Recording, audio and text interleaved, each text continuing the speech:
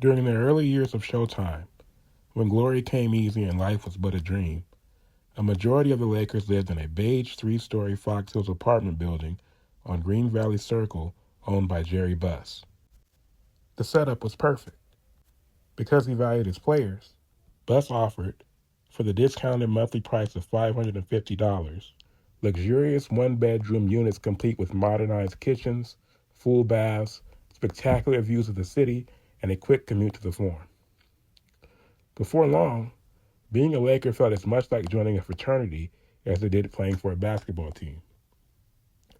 Magic Johnson, Michael Cooper, Mike McGee, Eddie Jordan, Mark Landsberger, Ron Carter, Alan Hardy, Jim Brewer, all Lakers, all Fox Hills residents. Come nights after games, most members of the squad could be found inside someone's pad, listening to music, drinking wine, gorging on Fatburger, burgers topped with fried eggs were the sensation at the time, talking hoops, meeting long-legged beauties, planning a trip out to a club or bar or strip joint. It was pretty great, said Larry Spriggs, a forward who would join the organization in 1983. We were all together. So what I just read was an excerpt from, this is Wilson, by the way, as always. And what I just read was an excerpt from Jeff Pearlman's book on the Showtime Lakers, right? And the reason I read it is because, in the wake of Luka signing his extension, that happened on Saturday. I wish I kind of had waited. I put the Micah Parsons episode out Friday night.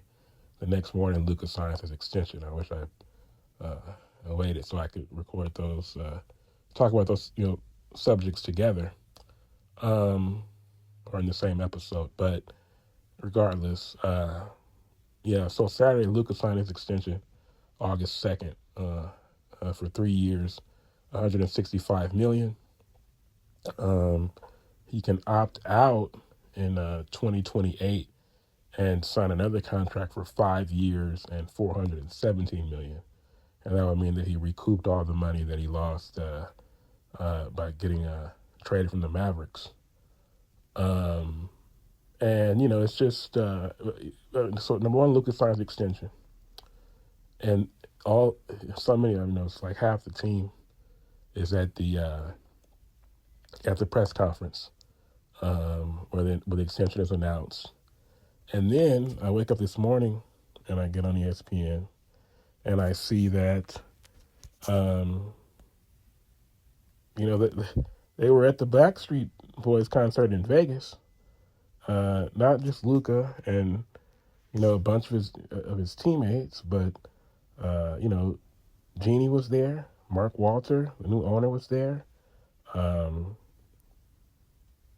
Pelinka was there. JJ Redick was there.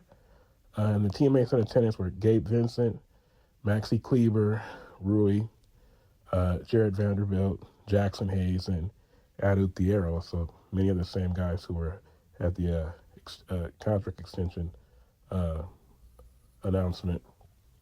And it's starting to it's starting to I was reading for the post there from a JJ post of ESPN where I was reading who was at the concert, and that's why I read that excerpt, because it's starting to give those vibes of how things were in the 80s, especially when it first started. And really throughout the whole decade, you have to realize that that was an era of the Lakers back then, man. And that's one of the things that I've regretted about how things have sort of changed. The Lakers were, historically, the Lakers were a mom and pop business, as Jeff Pearlman said, with Dr. Buzz playing mom and pop, right? And for years, you had the same people in the organization, and it really was it was a family from top to bottom, And I feel like it kind of started to change when this is after Dr. Bush died, and because previously, even when Jerry West left, Mitch Kupchak took over. Mitch Kupchak was someone who played for the Lakers and was in the front office. Since his retirement in the '80s, he becomes the general manager, and that lasts until 2016. Now, in 2016, Jeannie brings in Magic and Rob.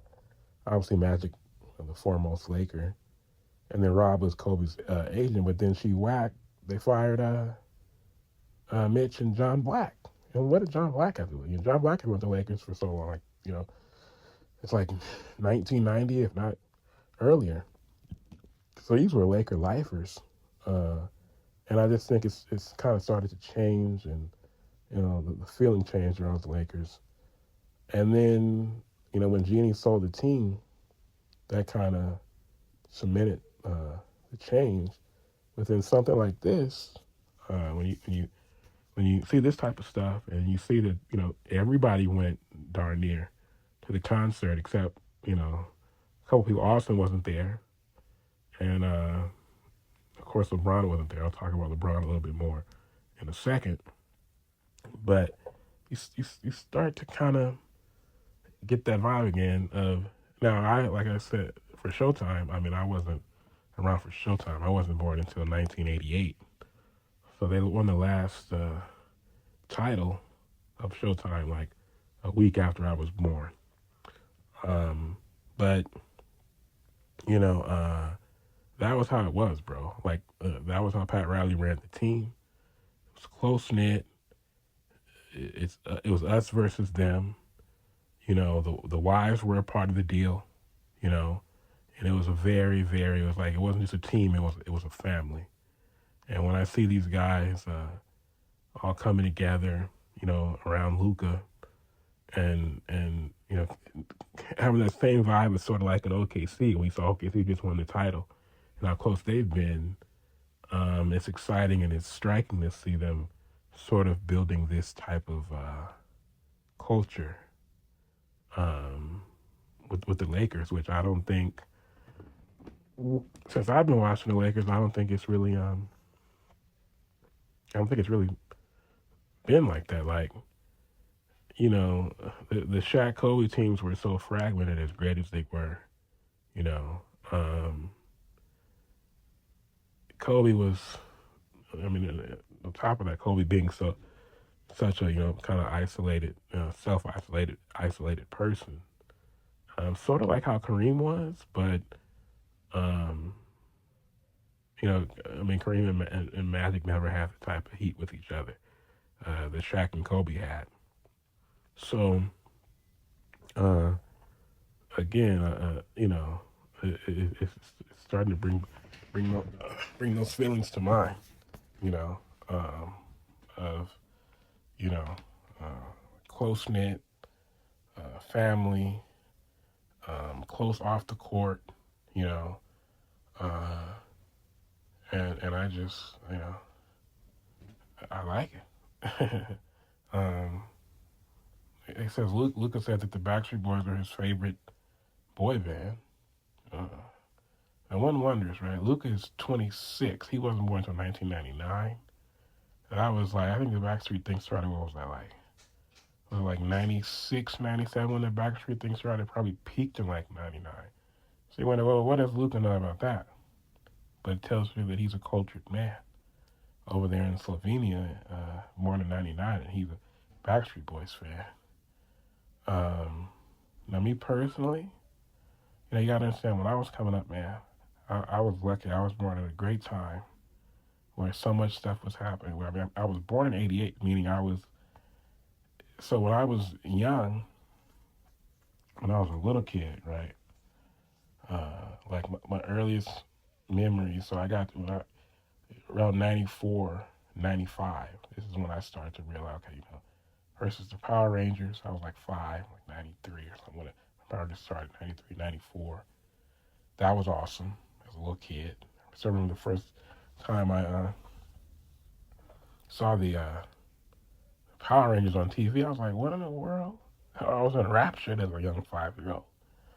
And then wrestling when I first noticed wrestling, man, and that was a life changing thing. Obviously, back then it was, like I said, it was around '95 or so, '96.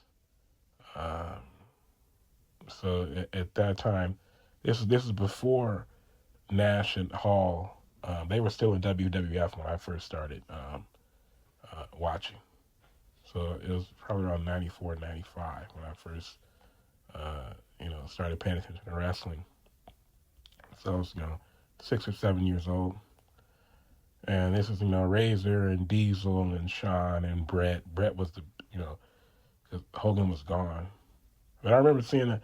I remember watching the WrestleMania that was outside with Hogan, where Brett lost to Yokozuna and then Hogan beat Yokozuna. But I think it was on it was like a cassette, a VHS cassette tape that I watched. Or I don't know if I watched it live. I'm sure I didn't watch it live. Well, yeah, but because Hogan was, I think, gone from WWF when I first started uh, watching wrestling. So Bret the Hitman Hart, he was the man. He was the champ. And like I said, I remember when Diesel and Shawn, they were a tag team. 1, 2, 3 K was my first favorite wrestler. And then you had Razor. Razor had a storyline with the kid, and Razor was always awesome. And then those guys leave and they go to WCW, and that whole thing happens with the NWO and Hogan, and then that forces the WWF to respond in the Attitude Era. And so I just was so lucky to see all that as it happened in real time. And then I got to see the tail end of Jordan's run in basketball. Um, I got to see the and then the start of the Shaq Kobe era. Got to see that as it was happening. So many great players. I got to see Tim Duncan and Kevin Garnett, and saw their rise, and all those guys. Um, in baseball was my first love. I got to see. Mike Piazza was a god to me. He was like my first hero. Mike Vanessa was my first favorite basketball player, but Piazza, the Dodgers were my baseball, and the Dodgers were my first love, and Piazza was a hero, and to me, um, and those teams, and getting to see Barry Bonds in his prime, Junior Griffey, getting to see the Braves with Smoltz and Glavine and Maddox and all those guys. Getting to see Mark McGwire and Sammy Sosa and their home run, all the stuff that they were doing, right? I was a little bit later to football. I was around like 2001 when I got into football. But even then, that was a great time to start watching football. It's the start of the Brady and the Manning, and their run, which was incredible. And then also, which is the point I was trying to make. I know I've meandered now. I was, around to see, the TRL phenomenon. And, the faces of TRL, if you had to make a Mount Rushmore, it'd be the Backstreet Boys would be one, and not in order, but the four acts would be, music acts would be Backstreet Boys, NSYNC, Britney, and probably Eminem, who as a rapper was just as big as them, if not bigger. Even though he hated to be grouped with them at the time. But I was lucky to be able to see that, man. And experience that. I like Backstreet. I like NSYNC. I had a huge crush on Britney Spears. She was one of the first women I had a crush on after Mariah Carey. I was in love with Britney Spears. You know, and I got to be there for that, man, as a young 11, 12-year old, bro. And that was just a great time. And so for Luka to be 26, man, meaning he was born when it was like kind of like, you know, it was like when it was peaking already, and he was just coming into this world, and yet he's a fan of the Backstreet Boys. That's like me being a fan of of New Edition or something like that, right? Which I mean, I respect what they did, but when I go to a New Edition concert, I mean, I'm not a fan in that way. But Luka is a fan of the Backstreet Boys. That shows that Luka is more cultured than I am. He's a fan of stuff that you know. Uh, I mean, I guess like if Michael Jackson was still alive, I'd go to a Michael Jackson concert. When I wasn't alive, when he was, you know. But uh, yeah, man, just shows the type of person Luca is. Man, that was a crazy, long, meandering sideline there to get to get back to the point about Luca. But sorry, I just took a stroll down memory lane, man. Those are great times, man. Growing up, it's not like that anymore. But yeah, man, just to see those guys all come together. Because, like I said, you saw a bunch of summer league. I think that's kind of normal to see guys at the summer league hanging out. And then you saw them at, like I said, at Luca's extension, and then at this Backstreet concert. And then the fact that Mark Walter was there too with Jeannie. I mean, like I said, like Dr. Bus used to run with the boys back in the '80s. You know, so I mean, it's giving those vibes, man. And I just love it. Now, I mentioned LeBron and Austin, who were not there for either of the two recent events. I'll start with Austin because I'm really tired of talking about LeBron. He keeps doing the same thing over and over. But, Austin, I think he signed that contract after the after the year we made the conference finals, and we got him for 4 years, 52, right? So he has 2 years left in his deal. I'm not sure if he has a player option or not. But I mean, he's not under contract past those 2 years. He was at the summer league thing, but he's not there. He wasn't there when for these last two team bonding experiences. But I think I'll say that the money that Austin is looking at when he's up for his extension, I think it's something like 4 years. I mean, it's a hefty $40 or $50 million a year, right? And I think it's hard for people to wrap their minds around that. But like I said, Luka got three for 165, right? So that's about what's that, about $55 million a year. No, it's more than what's the 361, no, 50. Yeah, that's right. Yeah, that's about $55 million. That's $55 million a year. Um, and that's 55 million right there. And like I said, when Luka's up again in 2028, he can get 5 years for 417. That's about $83 million a year. So if you look at it in 2028, right? Let's say Austin would be a free agent. You know, I'm just saying that in 2028, if we're looking up and Austin's making $50 million a year, right? But Luka's making $83 million a year. Well, that sounds about right. I mean, it's all kind of preposterous because none of them should be making that much money. But I'm saying scale wise, it'll kind of make sense, right? Um, so, but the point is that he's not under contract right now, and so maybe he doesn't, you know, maybe because of the uncertainty and him not knowing if the Lakers are going to be willing to pay that price to keep him, that's why he kind of, who knows? He could have been, who knows what the hell he's doing. Austin Reeves he's in high demand, right? So who knows why he wasn't, at the concert or at the, extensions announcement. And then, of course, LeBron. I mean, LeBron continues to embarrass himself. I'm sorry, right? And this is the last one was really desperate because he was at uh, they're working out. So basically, the new clutch facility is the old Clippers, I guess, their their practice facility or whatever. But there was one picture that LeBron posted where he's like he was lifting, he was doing like a I don't know what you call it. It was with weights though. It was like a stretch, but he had weights, and in the back it was a big old Clippers logo in the inside the uh, the weight room, and it's like, okay, bro. And then Rich Paul had to come and say, well, no, this is our new.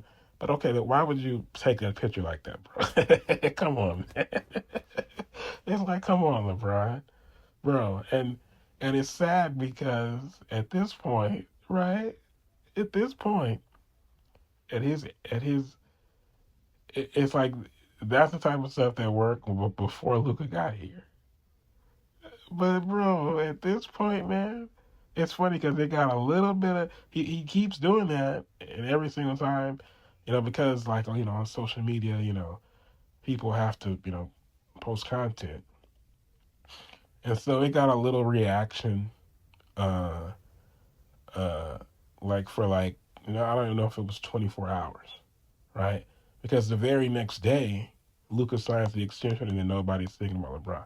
But also, he's done that. He keeps doing the same thing over and over and over again, to the point that it's kind of like, bro, nobody. Number one, you're old. Number two, we have Luka now, and number three, bro, it's getting tired. The whole act, you know, and it's always sound like, well, bro, nobody cares anymore. Like I said, he's had his time, you know. For him to still be trying to compete with Luka and compete with guys who are 15 years younger than he is, in terms of just relevance in the NBA, it doesn't make any sense that nobody his age has ever tried to do that, you know. And Tim Duncan would have been if Kawhi had signed a big extension with the Spurs while Tim Duncan was still playing, Tim Duncan would have been at that damn press conference, and LeBron wasn't there. You know, and I mean, just LeBron is his oh god his mentality is just that his to be as old as he is, bruh. Let it go. It reminds me of when Bill Simmons was talking about Gary Payton in the 2006 finals, or it might have been it was he was writing during the 2006 finals, but Payton had played the year before with Boston. Obviously, Boston, Bill's a Celtics fan, and I remember Bill writing that watching Peyton. I remember if it was in my watching Peyton. If he said watching Peyton in Miami, or watching Peyton in Boston, kind of still do the Gary Payton stuff, like bro, I'm Gary Payton, and try to tell people what to do and stuff like that. He said it was like watching Jason Alexander still trying to boss people around on the set of some sitcom, some post Seinfeld sitcom, not realizing that his time had come and gone, you know. And that's what LeBron acts like, bro. They traded AD, that was your boy, and they brought for Luka. Now they're all in on Luka, and they're not even worried about you anymore. And you're still trying to get attention. I mean, you haven't won a title since 2020, and then you made one conference final, and then you lost in the first round 3 times. You know, um, so it's kind of like, bro, um, just like I said, man, just fade off into the sunset before you really make a fool out of yourself by doing something stupid like, you know, going to the Clippers or something like that. Yeah. Just so you can still be in LA. Now you're gonna go to the Clippers, and it's like, bro, you've had an amazing career. You know, you've done everything that anybody ever had any expectations that you would do and more. You've been as famous as damn near any basketball player has been outside of Michael Jordan. You know, You're one of the most famous athletes ever. Right now in the world, the most famous athletes are you, Messi, and Ronaldo. You know, like what more do you want? You're going into year 23. How long do you expect it to last? You want to play 25 years and still be the center of attention? Come on, man. You're better than that, LeBron. You're better than that. Please stop it because it's starting to get sad.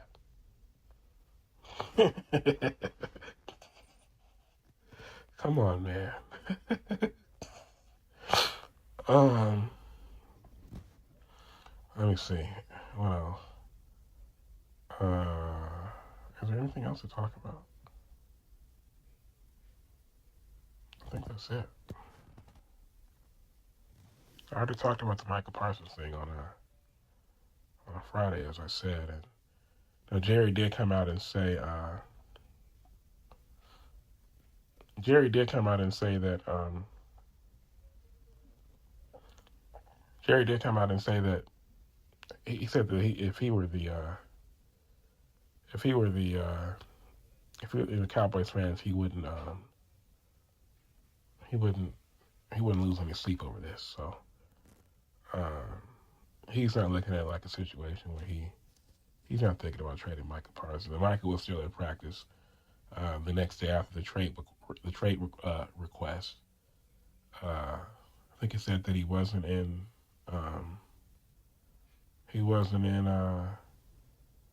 like his normal practice gear or whatever, and he was hanging out with the offensive players, but he was still there at least. So it's looking like it might end up being much ado about nothing, and Michael will end up getting his money. Although, as I said, like I said, it was different than like the Myles Garrett request because it seemed like it was personal. Micah felt like he had to defend his honor and his name against what was happening as far as the negotiations went, and felt like people were basically slandering him. So, and I think that's different, and that's a touchy situation to be in. And I saw something on ESPN where they said that